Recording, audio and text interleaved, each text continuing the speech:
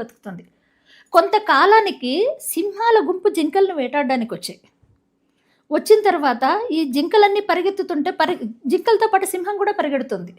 అరే మనం వేటాడాల్సింది జింకల్ని కాదు, ముందు ఈ సింహాన్ని పట్టుకోండి అని చెప్పి మిగిలిన గుంపంతా కలిసి ఆ సింహాన్ని పట్టుకున్నాయి. రే నువ్వు సింహమువి, నీలో అనంతమైన శక్తి ఉంది, అసలు నువ్వు ఎందుకు పరిగెడుతున్నావు, జింకలతో పాటు దాంకుంటున్నావేంది, అసలు నీ ఏంటి పరిస్థితి అంటే భయపడుతూ నన్ను చంపకండి అంటుంది.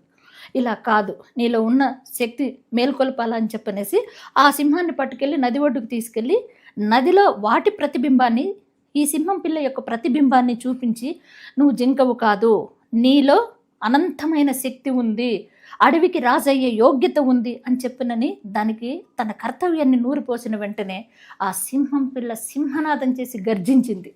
ఓకే, అంటే ఎదుటి వ్యక్తిలో నిస్సహాయ స్థితిలో ఉన్నటువంటి వాళ్లకు, లేదా రాజ్యాంగం చేయలేని వాళ్లకు, పరిపాలనలో ఇది లేనటువంటి వ్యక్తులకు, అసలు ఆత్మహత్య చేసుకుందాము అనుకునేటటువంటి వ్యక్తులలో కూడా వాళ్ళలో నిద్రాణంగా ఉండేటటువంటి శక్తిని మేల్కొల్పే శక్తి, వాక్ శుద్ధి, వాక్ ధాటి, ఆ వాకుకంతా గొప్పతనము ఒక భట్రాజుకుంది. దీనికి సంబంధించి ఏమైనా పుస్తక రూపం కానీ చాలా ఉన్నాయి, చాలా ఉన్నాయి. మా చరిత్ర అవి ఎందుకు అంత ప్రాచుర్యం సంపాదించలేదు? ఇప్పుడు కొన్ని గ్రంథాలయాలకే పరిమితమైనాయి, కొన్ని మా వాళ్ళు పబ్లిసిటీ చేసుకోలేకపోయినారు. ఇంకొకటి, పూర్వకాలం నుంచి అంటూ ఉంటే కూడా ఎదురు తిరగలేకపోయారు. మొట్టమొదటిది ఏంటంటే, ఈ నానుళ్ళు సినిమా రంగంలో కావచ్చు, లేక పాత్రికేయ రంగంలో కావచ్చు, ఇతరత్రా కావచ్చు, వీళ్ళు అంటూ ఉంటే వీళ్ళు ఏం చేశారంటే తిరగబడలేకపోయినారు. కానీ ఎప్పుడో ఒక చోట ఎవరో ఒకరు తిరగబడతారు కదండి, నాలాంటి వాళ్ళు. అలా మొదలైంది ప్రస్థానం. ఎప్పుడు మొదలైంది మేడం? ఇది దాదాపు 11-15 సంవత్సరం, అంటే 2010 నుంచి తిరుగుబాటు మొదలైందండి. 2010 నుంచి తిరుగుబాటు మొదలైంది. సినిమాలలో, చాలా సినిమాలలో ఈ భట్రాజుల గురించి కొంచెం తక్కువగా చూస్తూ మాట్లాడారు. తక్కువగా చూస్తూ మాట్లాడినప్పుడు మేము తిరగబడడం జరిగింది. ప్రతి ఒక్కరి చేత, అందులో ముఖ్యమంత్రులు ఉన్నారు, మమ్మల్ని అన్నవాళ్లలో అత్యధిక స్థాయి, అంటే గొప్ప స్థాయి వ్యక్తుల నుంచి అనామకుల వరకు ఉన్నారు. అంటే ఇప్పుడు ఎలా ఉంటుందంటే, ఒక వ్యక్తి మాట్లాడితే సమూహం, ఒక పెద్ద సభలో ఒక వ్యక్తి మాట్లాడితే ఎవరు చెవిలో వేసుకోరు, కానీ ఒక గొప్ప స్థానంలో ఉండే వ్యక్తి మాట్లాడితే చెవిలోనే కాదు హృదయంలో కూడా వేసుకుంటారు. అది వాక్కు ద్వారా 10 మందికి చేరి వాళ్ళు ఆ కులాన్ని తక్కువ చేసి మాట్లాడడం ఏంటి? అసలు మా కుల వృత్తి విద్య.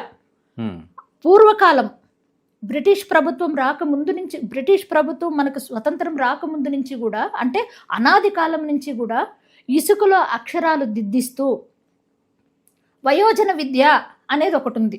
ఆ వయోజన విద్యను ప్రవేశపెట్టిండేదే భట్రాజులు. మీరంతా పగలు పని చేసుకొని రండి, సాయంత్రం రండి, మనకు పలకలు లేకపోతేనేమి వీధి దీపాల కింద కూర్చోబెట్టి ఇసుకలో అక్షరాలు దిద్దిస్తూ అక్షర జ్ఞానాన్ని పంచినటువంటి వ్యక్తులు భట్రాజులు. దీని మూలాలు అసలు ఎక్కడి నుంచి మొదలైనవి మేడం? అసలు ఇది పూర్వం నుంచి, యుగాల నుంచి ఉన్నారండి భట్రాజులు. ఈ రోజు మొదలైన ప్రస్థానం కాదు ఇది, యుగాల నుంచి ఉన్నారు. ఇప్పుడు ఒక్కరోజు మొదలైంది, మాకు చరిత్ర లేదు అనేదానికి లేదు. యుగాల నుంచి ఒక ఊరిలో, పూర్వకాలమైన ఒక ఊరిలో వీధిబడి ఉంది అంటే అక్కడ భట్రాజ్ అనే వ్యక్తి ఉన్నాడు అని అర్థం. మొన్న ఒకానొక సందర్భంలో కేసీఆర్ గారు ఒక సభలో మాట్లాడుతూ బట్టుపంతులు, నారాయణ భట్టు అనే బట్టుపంతుల దగ్గర నేను చదువుకున్నాను చెప్పారు. విన్నారా? బట్టుపంతులు అంటే భట్రాజే, ఇంకా వేరే ఎవరు లేరు. ఇప్పుడు మల్లమాల ప్రొడక్షన్ ఎంఎస్ రెడ్డి గారు, ఆయన మా అమ్మగారు ఎందరో దగ్గరికి వెళ్ళి నాకు విద్య నేర్పించమని, రెడ్ల దగ్గరికి వెళ్ళి నీకు నేర్పిస్తారు పో, అసువుగా పద్యాలు చిన్నప్పుడే చెప్పగలిగిన శక్తి ఉంది నాయన అని చెప్పి తన కన్నీటితో తన కుంకుమ బొట్టు నాకు పెట్టి నా తల్లి పంపిస్తే ఎవరూ నన్ను ఆదరించలేదు. అప్పుడు మా అమ్మ నెలకి రూపాయి జీతంతో ఒక భట్టురాజు దగ్గర నన్ను చేర్పించింది. ఆయన ఇంకా నాకు బాగా విద్య చెప్పాలని మా ఇంట్లోనే అన్నం తిన్నాయన అని అడిగింది అని చెప్పి ఒకానొక ఇంటర్వ్యూలో చెప్పారు ఆయన. అంటే మహానుభావులందరికీ కూడా విద్యను నేర్పించిండేది భట్రాజు. ఇప్పుడు కాలానుగుణంగా ఇప్పుడు మీ కమ్యూనిటీ ఏదైతే ఉన్నదో భట్రాజులు, ఇప్పుడు వీళ్ళే వృత్తుల్లో ఉంటారు? ప్రధాన వృత్తి ఉపాధ్యాయ వృత్తి. ఇప్పుడు కూడా ఓకే, ప్రధాన మెజారిటీ పీపుల్ ఉపాధ్యాయ వృత్తి.